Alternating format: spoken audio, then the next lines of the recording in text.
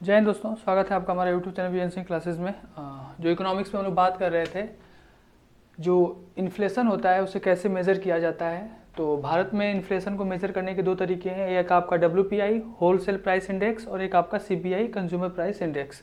तो जो आपका होलसेल प्राइस इंडेक्स होता है, जिसे हम लोग थोक मूल्य सूचकांक कह सकते हैं। तो जो आपका WPI होता है, कल हमने बात किया था कि WPI पे जो होता है आपका ये 100 मान लिया जाता है। अगर ये 100 के नीचे रहा तो यानी कि डिफ्लेशन है, और अगर 100 के ऊपर रहा तो इन्फ्लेशन है। ठीक है, इसके अंतर्गत क्या होता है कि ये जो वस्तुएं ली जाती हैं,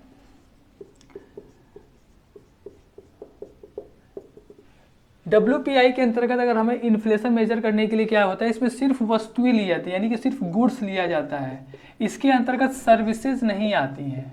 ठीक है, जो आपकी सेवाएं होती हैं उनको इसमें सम्मिलित नहीं किया जाता है। ठीक है, और देखिए इसमें मेनली आपके तीन होते हैं, प्राइमरी आर्टिकल्स यानी कि आपके प्राथमिक वस्तुएं, एनर्जी और पावर शक्ति, ठीक है, एनर्जी और ईंधन, सॉरी जो है आपका फ्यूल एंड ऊर्जा, और आपके मैन्युफैक्चर्ड प्रोडक्ट यानी कि आपके जो विनिर्माण वस्तुएं होती हैं इनको सम्मिलित किया जाता है।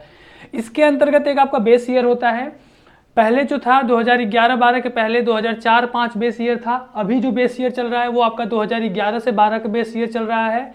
इसके अंतर्गत कितनी वस्तुएं सम्मिलित की जाती हैं, नंबर ऑफ आइटम्स, जो आपके तीन होंगी, primary articles, fuel and power and manufacture product. ध्यान रखिएगा, इसके अंतर्गत वस्तुएं ली जाती है, सिर्फ सेवाएं नहीं ली जाती है। ठीक है, और उसके बाद आता है आपका नंबर ऑफ कोटेशंस। ठीक है, कितने के अंतर्गत ये किया गया। तो जो आपका अभी का जो बेस ईयर है वो चल रहा है आपका 2011-12। ठीक है, तो देखिए बेस ईयर अगर हम लोग देखें तो जो आपके प्राइमरी आर्टिकल्स के अंतर्गत जो बेस ईयर का जो हम लोग देखें तो 2011-12 के अंतर्गत आपका जो भी आपके कमोडिटीज होते हैं, जैसे आपके तीन कमोडिटीज, तीन वस्तुएं ली गई हैं आपके, primary, fuel and power and manufactured items.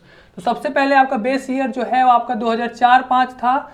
तो बेस ईयर में वेट देखिए, जो आपका भार है, वस्तुओं का जो भार है वो आपका 2004-5 के अंतर्गत प्राइमरी आर्टिकल्स का 20.05, फ्यूल एंड पावर का 14.91 और मैन्युफैक्चर प्रोडक्ट का है 64.97। ठीक है, टोटल मिलके होगा आपका 100, यानी कि आपका 100 है। अगर 100 से ऊपर गया तो इन्फ्लेशन, 100 के नीचे गया तो डिफ्लेशन। ठीक है, 2011-12 बेस के अंतर्गत हम लोग देखें तो आपका जो प्राइमरी आर्टिकल्स है वो 22.62, फ्यूल एंड पावर 13.15 और आपका जो मैन्युफैक्चर प्रोडक्ट है वो है आपका 64.23। ये अभी भी 100 के बराबर है।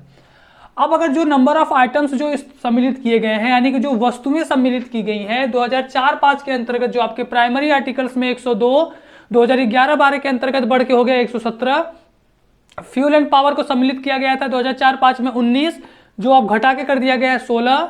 मैन्युफैक्चर प्रोडक्ट जो आपका है 555 2004-5 में, नए बेस ईयर के अंतर्गत इसमें बढ़ा के हो गया 564। टोटल 12 मई 2017 को टोटल आपके जो आइटम्स है वो हो गए 697। ठीक है, ये आपका इंपॉर्टेंट है, 697 आइटम्स सम्मिलित किए गए हैं बेस, मतलब सॉरी, जो WPI के अंतर्गत इन्फ्लेशन मेजर करने के लिए 12 मई 2017 से 697 हो गया है। ठीक है, टोटल आपके हो गए 697, 2004-5 में 276 थे, बढ़कर हो गए 697।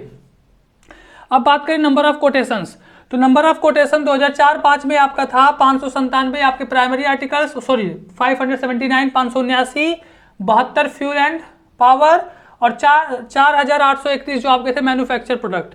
2011-12 के अंतर्गत आपका हो गया कोटेशन जो था 983, 442, 6906, टोटल बढ़ के हो गया 8331।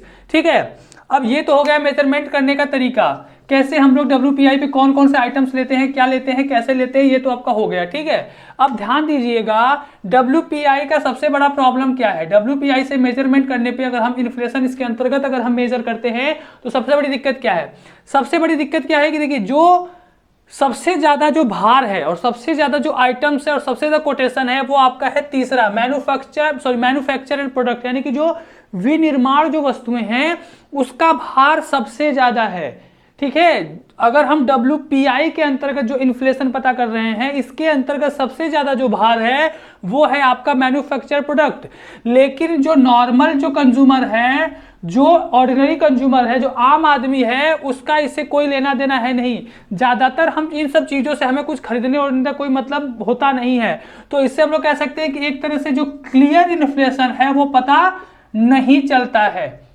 ठीक है। दूसरा क्या है कि इसमें सर्विसेज को भी ऐड नहीं किया जाता है, सर्विसेज को भी ऐड नहीं किया जाता है। इसके लिए क्या हुआ कि सबसे बेस्ट तरीका अगर हम लोग इसका एक निकालें तो अगला है आपका मेजरमेंट करने का CPI, कंज्यूमर प्राइस इंडेक्स। ठीक है, इसे खुदरा मूल्य इंडेक्स भी कहते हैं। ठीक है, अब तो ये तो हो गया कुछ प्रॉब्लम्स। ठीक है, अब हम लोग बात करें थोड़े इसके फैक्ट के बारे में, हम लोग थोड़ा और जान ले। तो देखिए जो आपका ये WPI थोक मूल्य सूचकांक जो है ये आपका जारी किया जाता है, ये पब्लिश किया जाता है, जारी किया जाता है इकोनॉमिक एडवाइजर ऑफिस, यानी कि जो आपके आर्थिक सलाहकार कार्यालय, ठीक है, जो आपका कॉमर्स एंड इंडस्ट्री मिनिस्ट्री के अंतर्गत आता है, वाणिज्य और उद्योग मंत्रालय के अंतर्गत आता है। अब सबसे इंपॉर्टेंट चीज ये है कि देखिए 2014 के पहले, क्योंकि इन्फ्लेशन पता करने का कारण क्या है, क्योंकि जो गवर्नमेंट हमारी होती है वो इन्फ्लेशन और इन सब चीज़ों को पता करके जो मॉनेटरी पॉलिसी होती है, जो किसी भी देश की जो मौद्रिक नीति होती है, वो मौद्रिक नीति बनाने में हेल्प करते हैं ये सब चीज़ें। ठीक है, तो 2014 के पहले जो मौद्रिक नीति बनती थी, मॉनेटरी पॉलिसी जो हमारे देश में बनती थी, वो आपका WPI के ऊपर निर्धारित होता था। WPI यानी जो होलसेल प्राइस इंडेक्स है, इस पे डिपेंड करता था, इससे निर्धारित होती थी। ठीक है, लेकिन बाद में जो हमारे RBI के जो एक्स गवर्नर हैं, मतलब इसके पहले आपके जो इसमें शक्तिकांत दास हैं, इनके पहले आपके जो उर्जित पटेल थे, इन्होंने रिकमेंड किया कि अब हमें जो इंडिया का जो मॉनेटरी पॉलिसी जो निर्धारित किया जाता है, जो मॉनेटरी पॉलिसी हम निर्धारित करते हैं, उसे हमें WPI पे न करके CPI पे करना चाहिए, कंज्यूमर प्राइस इंडेक्स। ठीक है, उपभोक्ता मूल्य सूचकांक। तो अब हमारे देश का जो मॉनेटरी पॉलिसी है वो इस पे निर्धारित होता है, CPI, कंज्यूमर प्राइस इंडेक्स पे। ठीक है, तो ये हमारे कुछ इंपॉर्टेंट फैक्ट्स थे और ये आपका WPI है। नेक्स्ट वीडियो में हम लोग बात करेंगे CPI पे, कंज्यूमर प्राइस इंडेक्स पे। ठीक है, थैंक यू, जय हिंद।